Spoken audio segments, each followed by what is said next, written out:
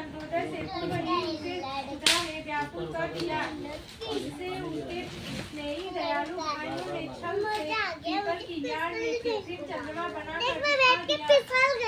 लड़की ने उसी को असली चंद्रमा समझकर उसे अर्घ दे दिया और फिर भोजन कर लिया। उसकी लड़की ने भोजन करते ही उसको पति की हृदय गति बंद हो गई। इससे दुखी होकर उसने अन्य जल त्याग दिया। उसी रात्रि में इंद्राणी भूमि करने आई। ब्राह्मण पुत्री ने उनसे अपने दुख का कारण पूछा। इंद्राणी ने बताया, तुम्हारे करवा चौथ व्रत में चंद्र दर्शन से पूर्व ही भोजन कर लेने के कारण ही तुम्हें यह कष्ट मिला है। तब उस लड़की ने अंजलि बांधकर विनय पूर्वक पूछा, हे माता, इससे मुक्त होने का कोई उपाय बताइए।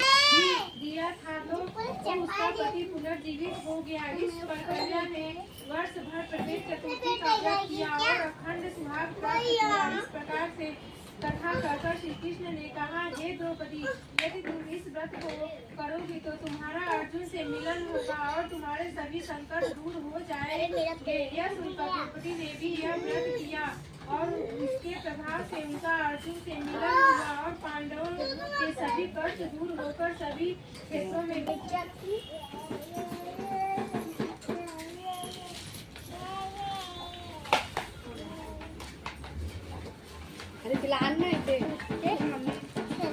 जो करतात है खाई हो खाई हाँ शिरा बनाई थी। मायके वाले बहुत अधिक अमीर थे।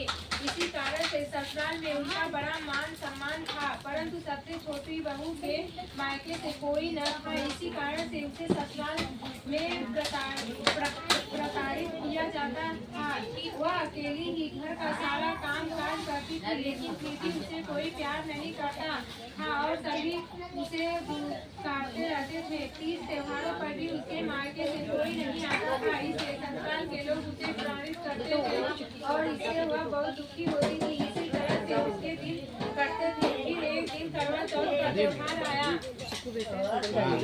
इस अवसर पर छोटी बहू को भी थोड़ी खोटी थी, जिससे वह दुखी होकर घर से निकल पड़ी।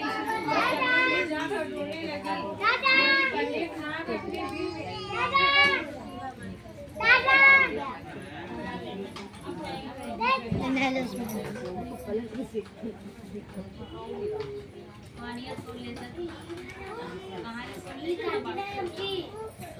इससे वह दुखी होकर घर से निकल पड़ी और जंगल में जाकर रोने लगी। वहीं पर एक नाग अपने बिल में रहता था। वह बहुत देर तक उसका रोना सुनता रहा। अंत में वह अपने बिल से निकल कर आया और उससे पूछने लगा, बेटी क्या हुआ, क्या बात है, तुम रो क्यों रही हो? छोटी बहू बोली, आज करवा चौथ का त्योहार है। इस त्योहार पर सभी भाई अपनी बहनों को लिए करवा लेकर आए हैं, लेकिन मेरा तो कोई भाई ही नहीं है। यदि मेरा कोई भाई होता तो आज जरूर करवा लेकर आता। नाग को उस पर दया आई। नाग ने कहा, बेटी अपने घर जाओ, मैं अभी करवा लेकर आता हूँ। इतना सुनकर छोटी बहू अपने घर आ गई। थोड़ी देर बाद नाग भी मनुष्य का रूप धारण करके उसके घर जा पहुंचा। उसने सास से कहा, हे माता जी, मैं इस छोटी बहू का दूर का भाई हूँ। मैं बहुत वर्षों के बाद मैं वापस आया हूँ, इसलिए अब अपनी बहन से मिलने आया हूँ। इतना कहकर उसने छोटी बहू को करवा दिया और उसके सास ससुर तथा अन्य लोगों को भी विभिन्न प्रकार के उपहार दिए। इतना अधिक सामान देकर सभी लोग चकित रह गए। सास भी अत्यंत प्रसन्न हो गई। तब नाग ने सास से कहा, हे माता जी, मैं अपनी बहन को कुछ दिनों के लिए अपने घर ले जाना चाहता हूँ। तब सास ने प्रसन्न मन से छोटी बहू को उसके साथ भेजने एक बात याद रखना, रखी नाग का ढक्कन मत खोलना। छोटी बहू उस महल में आराम से रहने लगी, लेकिन नाग के बारे में उसकी उत्सुकता बढ़ती गई। उसने चांद नाग का ढक्कन खोल कर देखा तो पाया कि उस नाग में नागों के अनेक बच्चे थे। इससे देखकर उसने जल्दी से नाग ढक दी लेकिन उसकी जल्दबाजी में एक सांप की पूंछ उस नाग के ढक्कन के नीचे आकर कट गई। शाम को जब नाग राजा वापस आया तो छोटी बहू ने उसे सारी घटना बता दी और अपनी गलती स्वीकार कर ली। नाग ने भी उसे क्षमा कर दिया। तब छोटी बहू ने ससुराल जाने की इच्छा की तो नाग राजा ने उसे अत्यंत बड़ी इज्जत होने लगी। इधर जिस नाग की पूंछ कटी थी, अन्य सभी नाग उसे बांडा बांडा कहकर तंग करते थे। एक दिन उसने अपनी माँ से पूछा, माँ मेरी पूंछ कैसे कटी है? माँ ने कहा, छोटी बहू के द्वारा नाग का ढक्कन उठाने और जल्दी में रख देने में ही तुम्हारी पूंछ कटी है। तब वह बोला, मैं छोटी बहू से बदला लूंगा। उसकी माँ ने उसे बहुत समझाया कि ऐसी गलती से हो गया था। छोटी बहू ने जानबूझकर कुछ नहीं किया था, लेकिन वह नाग नहीं माना। एक दिन वह नाग चुपचाप छोटी बहू के घर में जा छुपा और मौका पाकर उसे काटने की सोचने लगा। तभी वहाँ एक छोटी बहू तथा उसकी सास में आई और आपस में बातें करने लगी। सास ने पूछा, बहू तुझे सबसे ज्यादा प्यारा कौन है? तब छोटी बहू ने कहा, मुझे तो बांडा भैया ही सबसे ज्यादा प्यारा है। बांडा ने जब यह बात सुनी तो वह अपने मन में सोचने लगा, जो बहन मुझसे इतना प्यार करती है, मैं उसे ही काटने आया हूँ। मैं इतनी बड़ी गलती कैसे करने लगा? अच्छा हुआ भगवान ने मुझे यह पाप करने से बचा लिया। इतना सोचकर वह अपने घर को वापस चला गया। जब वह वापस आया, अपने घर पहुंचा तो उसने अपनी माँ से पूछा, तुम अपना बदला ले आए?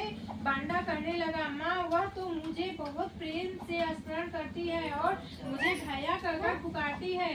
इस प्रकार से तो वह मेरी बहन हुई। अपनी बहन से कोई बदला थोड़े ही लिया जाता है। इस प्रकार से वह बांडा नाग और छोटी बहू भाई बहन बन गए। तभी से बांडा भाई प्रत्येक वर्ष को करवा चौथ के दिन अपनी बहन के लिए करवा लेकर जाता। बहन भी अपनी प्रसन्नता पूर्वक करवा चौथ का व्रत करती थी। इस व्रत के फल स्वरूप छोटी बहू को अपने ससुराल में मान सम्मान मिलने लगा और सभी सुख प्राप्त होने लगे। ये करवा चौथ माता आपने जिस प्रकार से छोटी बहू को उत्तम फल प्रदान किए, उसी प्रकार से हमें भी उत्तम फल प्रदान करे। करवा माता अरे मैं छोटी बाबू है।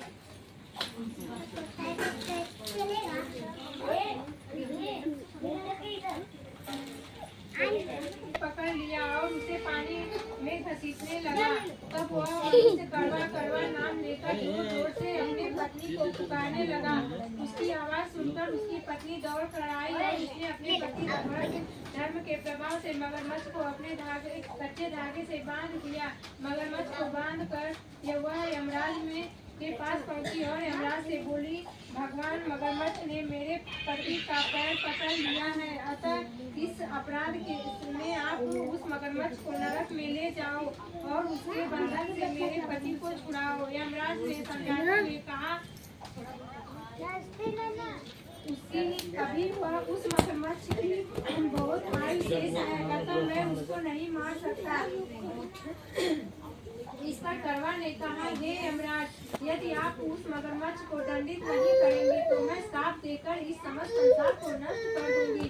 यह सुनकर यमराज ने कहा, तुम अवश्य ही अपने पतिव्रत धर्म के प्रभाव से इस संसार को नष्ट करने में समर्थ हो, लेकिन इस संसार को नष्ट कर देने में से सृष्टि के नियमों का उल्लंघन होगा। इसलिए इस सृष्टि की रक्षा के लिए उस मगरमच्छ को दंडित करना ही उचित होगा।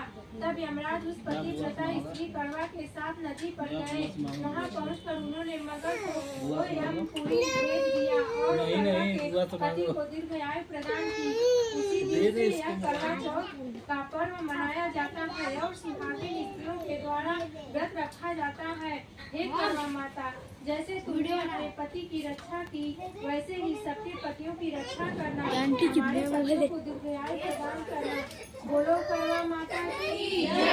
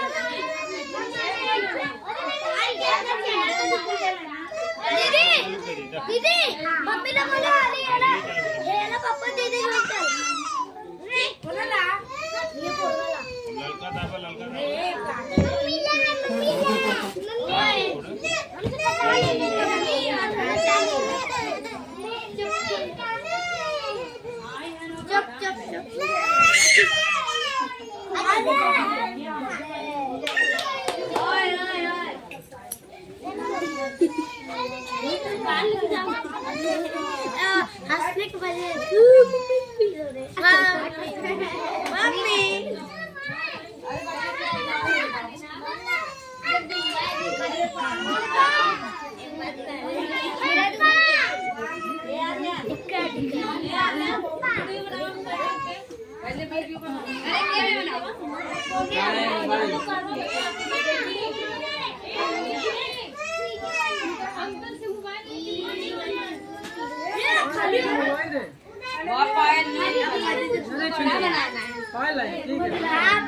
फिर बार से फोन लगाओ ना। अरे भाई आ दे चलो।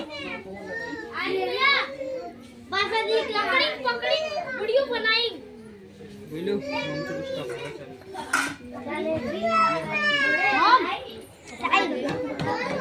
मंगल पकड़ी पकड़ी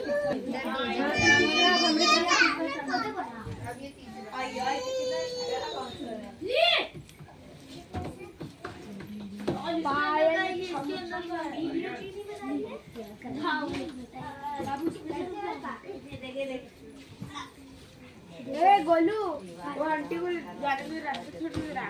ए गोलू रहेगा गोलू तो पड़े नहीं करेगा ये आवा दिए मां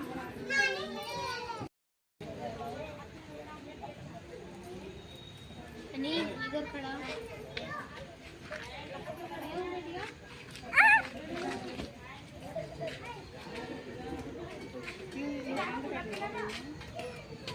जानी तोरा फोटो है।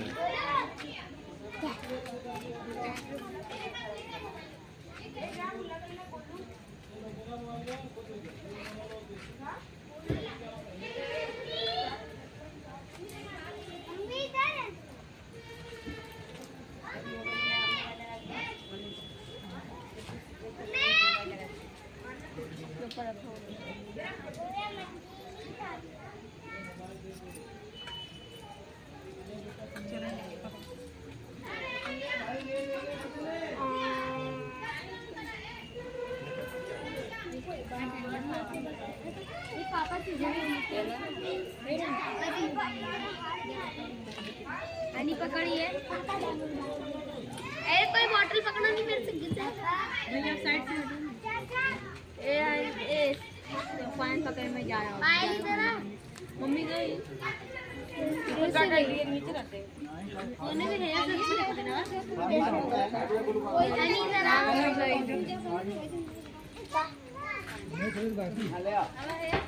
पापा इधर खड़े हो पापा इधर खड़े हो चला भैया पापा पहले का दिला ओ ले जब बाटल में पानी लेता पकड़ा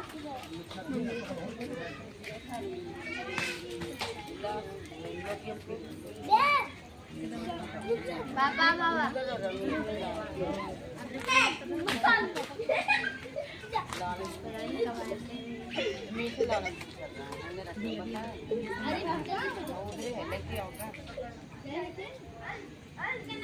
अरे हम रखें मीठा पापा को देख रहे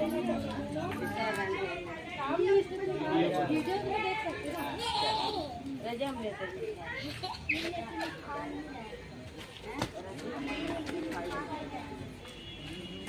ए पूजा गिलास में पन्ने दे पानी में गिलास में पीछे रह जाएंगे भैया खड़े चल गया का नहीं दवाई ले चल। पापा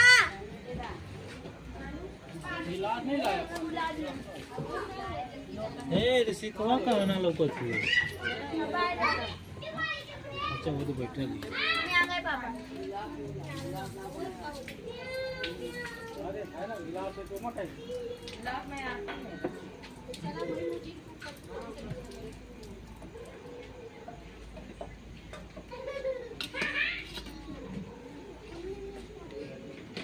पकड़ा तो क्यों के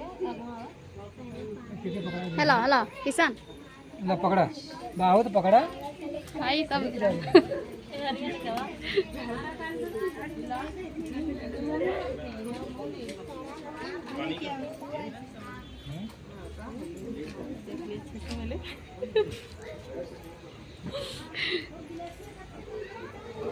समस्या समस्या अच्छा बा भूख लगा के थोड़ा देरी से ये पकड़ो बेटा चेक करो पकड़ो हाँ ये चल ले न गिर जाता है ऐसे चलो हमारे देखो ठीक कर रहे हैं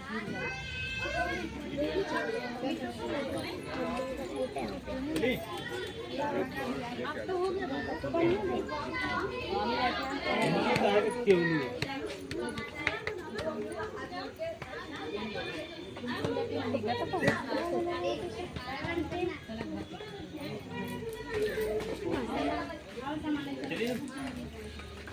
हो तो गिलसिया बाबूजी बड़के अम्मा ले लेंगे गिलसिया बाकी अम्मा के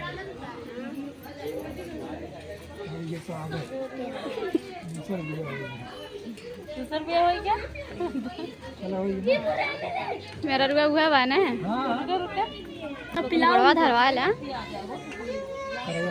पकड़े रहे देखा उससे गिरे ना गिलास लाने तो मैं आऊं ये चांद गया पानी पिया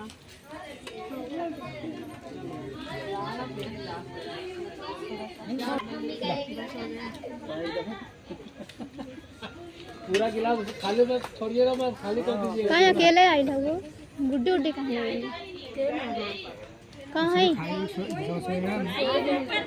बनाया है डोसा चिकन मटन नहीं मारा नहीं चला चला आए चला चलिए चला निकला भूख लगा यार ताला खोल लगी है धरे वैसे भूख लाग बा भूख लगा लिए ज्योतियो ना आई सही के ये रही कहाँ गली ये रही है दरिया ज्योतियो ना आई से भूख लगा लिए बता बोले तो भले अच्छी जान वो नहीं बोला अरे बोलते अरे कितना